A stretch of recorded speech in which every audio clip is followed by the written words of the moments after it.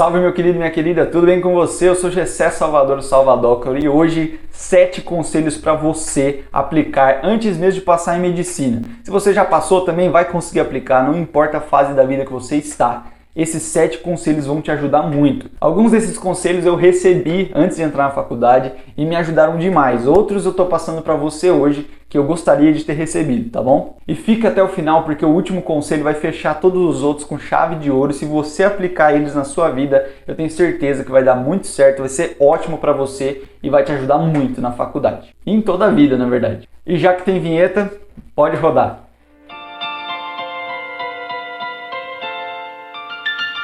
Já diria o grande filósofo, se conselho fosse bom, venderia e não daria de graça. Então eu estou vendendo esses conselhos, os 7 conselhos custam apenas um like. Deixa o seu like aqui nesse vídeo se você gostar no final, tá bom? Inscreva-se no canal e me segue lá no Instagram, acho que eu vou colocar aqui. Me segue lá no Instagram, @salvadoctor, pra gente ter um contato aí mais próximo aqui, às vezes é mais difícil, lá você pode me chamar no direct, não tem problema nenhum. Conselho número 1, aprenda inglês. Você precisa saber inglês, o inglês vai ser exigido de você na faculdade sim. Os professores vão te recomendar materiais em inglês. Os materiais mais atualizados, os melhores, os que saíram tão quentinho, acabaram de sair do forno da ciência, eles estão em inglês. E mesmo que você leve o curso inteiro na barriga, vai usando o Google Tradutor para traduzir todos os documentos, para ler tudo de uma forma mais fácil, beleza, você consegue fazer isso, vai chegar o dia em que esse inglês vai ser exigido de você, numa situação em que você não vai ter uma ferramenta ou que você gostaria de não precisar estar usando ferramenta, isso vai ser triste para você. Uma coisa que me marcou muito foi a primeira vez que eu tive uma palestra internacional. Um cara renomado falando sobre coisas que eu queria muito entender e aí ele falava e eu não entendia nada. Detalhe, eu fiz curso de inglês antes da faculdade. Eu gosto muito de ler, eu consigo entender quase tudo em inglês, na leitura. O problema meu é o ouvido. Eu não treinei o ouvido, eu negligenciei essa parte que a gente chama de listening, né, que é o ouvir no inglês. E eu entendia poucas palavras do que aquele palestrante falava, isso me frustrou bastante. E eu pensei, poxa, se eu já estivesse entendendo pelo menos bem melhor, acho que as coisas seriam diferentes. Então não tem como ser diferente, você precisa sim saber inglês, você vai ser exigido por isso. E melhor, isso vai te dar muitas vantagens, vai te ajudar demais em todas as áreas da sua vida. Escuta o que eu tô falando. Ah, mas Gessé, eu não tenho dinheiro para pagar um curso de inglês, como é que eu vou fazer? Você tá no século 21, você pode aprender inglês de graça se você quiser. Se você quiser investir num curso também, você pode, não tem problema nenhum nisso. Mas se você não tem dinheiro hoje, mas você tem acesso à internet, você tem vários aplicativos que te ajudam. Eu uso Duolingo, gosto muito do Duolingo, é uma coisa que eu uso desde 2015 e gosto bastante. Mas outro aplicativo que eu também não estou sendo patrocinado para falar nada disso é o Cake, um aplicativo que eu já usei também há alguns anos, parei de usar depois, mas se eu fosse começar hoje a aprender inglês, eu usaria o Cake porque ele te ensina expressões do dia a dia. E tem também uma plataforma que eu não sei se você conhece que chama YouTube, onde você vai encontrar material a rodo para aprender qualquer idioma. Professores sensacionais, muitos e muitos canais que têm playlists completas para você aprender inglês do zero e você pode mergulhar nesse site aqui e aprender muita coisa. Não estou dizendo que você precisa chegar na faculdade fluente em inglês, isso não é cobrado de você falar já inglês no começo. No entanto, você precisa no mínimo saber ler inglês e compreender o que você está lendo, é claro, né? Então, aplique-se nisso, na leitura e em saber o básico de inglês para se virar aí no dia a dia, nos artigos científicos, nas literaturas que os professores enviarem para você. Conselho de número 2, aprenda a se planejar. Não é mentira quando dizem que você tem muita coisa para fazer na faculdade de medicina, que é muita matéria. Isso é verdade, eu já falei aqui sobre isso em outros vídeos. Mas se você não tiver um bom planejamento, a chance de você se dar muito mal nos seus estudos é grande. É grande porque quando você tem algumas poucas coisas para estudar, às vezes é fácil você localizar isso na sua mente quando você vai estudar aquela coisa. Mas quando o seu cronograma começa a ficar mais cheio aí do que o saco do Papai Noel, você precisa perceber que cada coisa tem que estar no seu lugar. Que cada espaço de tempo ele importa. Nem que seja para você colocar um descanso ali, é melhor você ter um horário fixo para descansar, ou um horário naquele dia planejado para isso, do que você descansar em qualquer hora e acabar se perdendo no seu dia, no seu planejamento. Por isso, você pode, a partir de agora, hoje, na etapa que você estiver, aprender a se planejar. Você precisa aprender a dividir o seu dia, a ver o que você vai fazer em cada momento dele, antes dele começar, ou no começo dele, para você ter um programa melhor, um planejamento melhor. Você já tem um monte de coisa para estudar, só que estudar não é a única coisa que você vai fazer da sua vida também, né? Você precisa tomar banho, você precisa praticar esporte, você precisa se alimentar, você precisa ir no mercado. Muitas pessoas vão para a faculdade e acabam pela primeira vez morando sozinho, aí tem que cuidar da casa, tem que fazer a comida, tem que ir no mercado, tem que fazer de tudo. Você precisa se planejar. Não tenha dúvida de que adquirir a habilidade de planejamento vai te fazer um estudante melhor, uma pessoa melhor e vai te levar a um outro nível. Você vai conseguir ver as suas metas em curto, médio e longo prazo, todas ali na linha do tempo. Isso te dá uma calma, isso te dá uma resiliência para olhar para as coisas com mais calma também. Eu tenho certeza que te ajuda. Aprender a manejar o seu tempo é uma das habilidades mais importantes da sua vida. Não se esqueça disso. Dinheiro, se você perder, você consegue ganhar mais. Amigos, às vezes você perde uns, mas consegue ganhar outros. Mas tempo nem sempre você tem mais. Conselho de número 3. Amigo, aprende a focar. Você precisa entender que durante muito tempo as pessoas achavam que é possível ser multitarefas, fazer um monte de coisa ao mesmo tempo. Mas hoje em dia isso já caiu por terra e hoje a gente sabe que quando você está fazendo, entre aspas, 2 coisas, 3 coisas ao mesmo tempo, o que você está fazendo é alternando a sua atenção naquelas 3 coisas, uma de cada vez, só que você fica trocando e por isso parece que você está fazendo várias coisas. Mas não, você está fazendo a sua atenção mudar várias vezes. Qual que é o problema disso? Quando você está se dividindo para fazer várias coisas ao mesmo tempo, a chance das 3 coisas saírem medianas, mais ou menos, é muito grande, é muito maior do que se você pega uma coisa para fazer, eu vou fazer isso, e dá toda a sua atenção para aquela coisa. Já ouviu aquela frase, o melhor, sabe como eu consigo fazer tantas coisas? Fazendo tudo mal feito. Isso é uma realidade. Quando você pega muitas coisas para fazer junto, você consegue muitas vezes fazer todas essas coisas, só que elas não ficam tão boas ou não ficam numa qualidade legal do que quando você pega e faz uma coisa só. Por isso, você precisa aprender a focar. Você precisa pegar a sua atenção e colocar ela em uma coisa. Você vai colocar ela em uma coisa de cada vez. Existem técnicas para te ajudar nisso. Não é o foco desse vídeo falar sobre cada uma das técnicas, mas existe, por exemplo, a técnica do Pomodoro, que eu já falei muito lá no Instagram, continuo falando e uso nos meus estudos muitas vezes, nem sempre, mas eu uso quando eu sinto que eu preciso de um foco maior.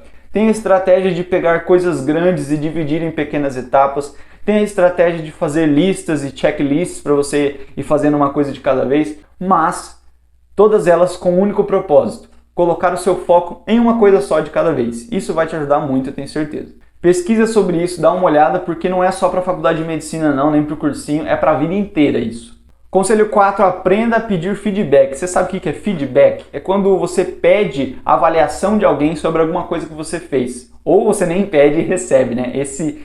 Essa avaliação é chamada de feedback. Quando você faz qualquer coisa que seja, uma prova, uma performance artística, uma palestra, sei lá, e você chega em alguém e pergunta: ei, como que eu fui? O que você acha? Você acha que eu falei muito rápido? O que eu posso melhorar? E aquela pessoa te responde, isso é um feedback. E qual que é a importância disso? Quando você pega o hábito de pedir feedback a pessoas que querem te ajudar, isso leva tudo que você faz a outro nível, porque você vai constantemente melhorando. Aqueles erros que você cometeu uma vez, você não vai ficar repetindo ele das outras vezes, porque você já ouviu aquilo e que precisa corrigir. Quem não sabe pedir feedback ou não ouve um feedback sincero quando ele recebe, ele está fadado a ser medíocre para o resto da vida, a continuar fazendo aquela mesma coisa e nunca melhorar, vai estar sempre no mesmo nível. Se você quer mudar isso, você precisa aprender a perguntar, a pedir feedback a pessoas de confiança. Para quem que você vai pedir feedback? Para seus professores sobre as suas provas, avaliações, redações. Você vai pedir feedback para especialistas na área. Eu nem estou falando de você pedir feedback para um filósofo, para um matemático muito grande. Se você tiver acesso a ele, beleza. Mas se você tiver um amigo, por exemplo, que é muito bom naquela matéria e você faz alguma coisa naquela matéria e pergunta para ele: como que eu fui? Você acha que eu fui bem? O que eu posso melhorar? E ele te dá umas dicas boas. Isso já é um especialista. Estou falando de alguém que entende mais que você, que pode te ajudar. mas de preferência sempre é uma pessoa que é uma referência naquilo que você quer. Porque o feedback daquela pessoa vai ser muito importante para você corrigir os errinhos que você tem. Você não vai pedir feedback para quem quer te bajular, para quem quer puxar o teu saco, porque ele vai falar sempre que tá tudo bem, que não precisa melhorar nada, que tá jóia. E você também não vai pedir feedback para quem não quer o teu bem, para quem só vai falar que tá tudo errado, que não vai mostrar nenhum ponto positivo naquilo que você faz. Ou melhor, ou às vezes, né, o pior, não sei, ele vai falar que tá tudo bem também, que você continua assim, quando na verdade não tá. Aplica isso na sua vida e você vai conhecer o poder do feedback. Conselho número 5 e que vai para qualquer pessoa no mundo. Aprenda a se comunicar bem, a se comunicar cada vez melhor. Quem tem essa habilidade, meu querido, minha querida, seja na área que for, ele consegue se destacar. Ele consegue levar as pessoas a ouvirem o que ele está falando. Eu não estou falando que você precisa ser um grande palestrante, que você precisa ser um seminarista. Eu só digo que você precisa saber se comunicar de forma direta, de forma clara, explicar as coisas para as pessoas de forma clara. Sabe qual que é o problema? Essa habilidade você ganha se expondo, colocando a sua imagem em risco, colocando você, a sua imagem pública, em risco.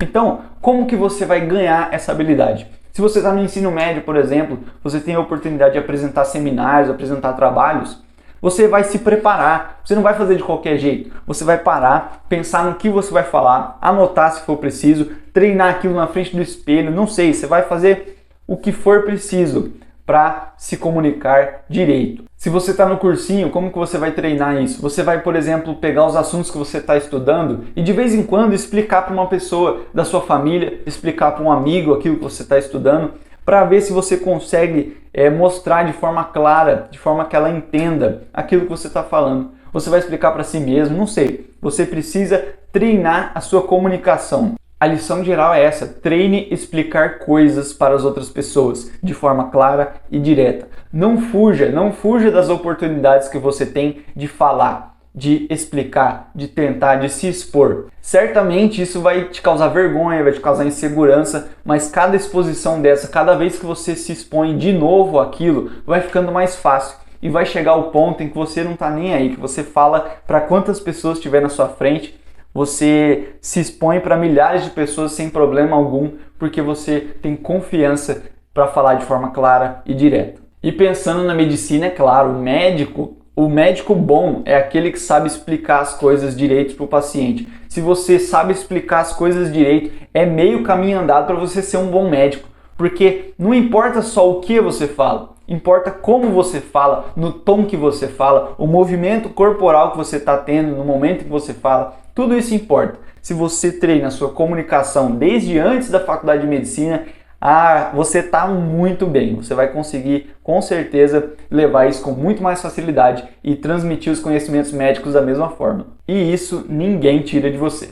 Conselho de número 6, aprenda a aprender com seus erros. Aprenda a aprender, exatamente. Você acha que médicos erram? Eu tenho certeza. Você tem certeza também disso, mas às vezes você finge que não existe, porque você gostaria que os médicos não errassem. Mas você parte do princípio que todo ser humano erra. E todo médico é um ser humano, todo médico erra também. Saiba que você vai errar em algum momento da sua vida, mas você não precisa esperar errar para aprender com seus erros. Você pode aprender com eles antes mesmo de errar. Isso você faz treinando na faculdade, o pensamento clínico, como você vai fazer isso. Mas antes da faculdade, você já pode treinar também, aprender com os seus erros, com as coisas da sua vida. Pense, por exemplo, nas próprias questões de vestibular, nos simulados, nas questões que você faz todos os dias nos estudos aí para passar na faculdade. Tem dois tipos de pessoas. As pessoas que, quando vão corrigir uma prova, elas corrigem a partir daquilo que elas acertaram, e as outras que corrigem a partir daquilo que elas erraram.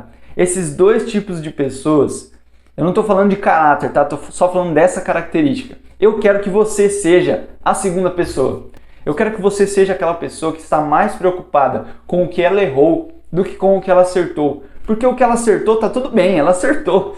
Mas o que ela errou, ela precisa consertar. Ela precisa prestar atenção naquilo para não errar mais. E na vida é assim também. Se a gente se concentra só nos nossos acertos, só naquilo que a gente vai bem, aquilo que está ruim, que a gente poderia melhorar, seja no nosso caráter, seja no nosso dia a dia, no nosso tratamento com outra pessoa, não sei. A gente precisa prestar atenção nisso. É nisso que a gente deve focar a nossa atenção. E quando você aprende a aprender com seus erros desde antes da faculdade, isso vai te ajudar também a ser um médico melhor, uma médica melhor. Eu tenho certeza que isso vai te ajudar. Eu não quero que você se assuste com esse negócio de erro médico, que isso te desestimule. Não, eu só quero que você pense nisso.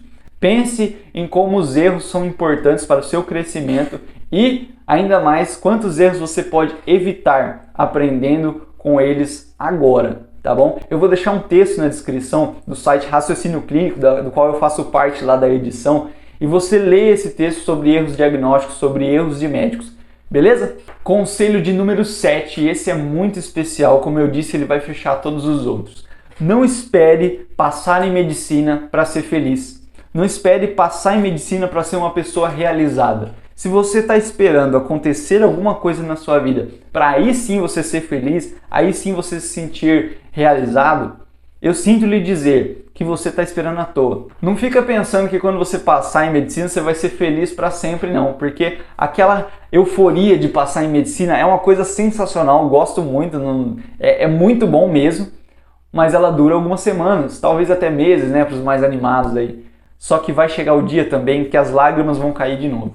Que você vai ficar triste por alguma coisa que você está tendo dificuldade, triste por alguma coisa que aconteceu, pela primeira vez que viu um paciente partir, não sei. Tudo isso, algum dia vai chegar e você vai derramar lágrimas de novo, mesmo estando fazendo aquilo que era o seu sonho, que era o seu objetivo de vida. Não associe uma coisa no tempo tão simples como passar em medicina, passar no vestibular, como a razão da sua existência, como aquilo que vai te fazer feliz. Porque não é. Isso é uma etapa e como tudo na vida isso vai passar. Se você associar que aquilo ali é a razão da sua felicidade, ela vai passar e você não vai ter mais motivos para continuar depois. Sobre felicidade, eu tenho um desafio para você. Se você tem uma Bíblia aí, abra no Salmo de número 1 e leia esse Salmo. Se você não tem uma Bíblia, coloca no Google Salmo 1 e leia da mesma forma, você vai conseguir. E aí sim você vai entender do que eu estou falando. Eu espero que você tenha gostado desse vídeo de coração mesmo. Se você ainda não pagou os 7 conselhos, vai, clica aí no joinha que tá pago e segue lá no Instagram, tá bom? Um abraço, fica com Deus, até mais.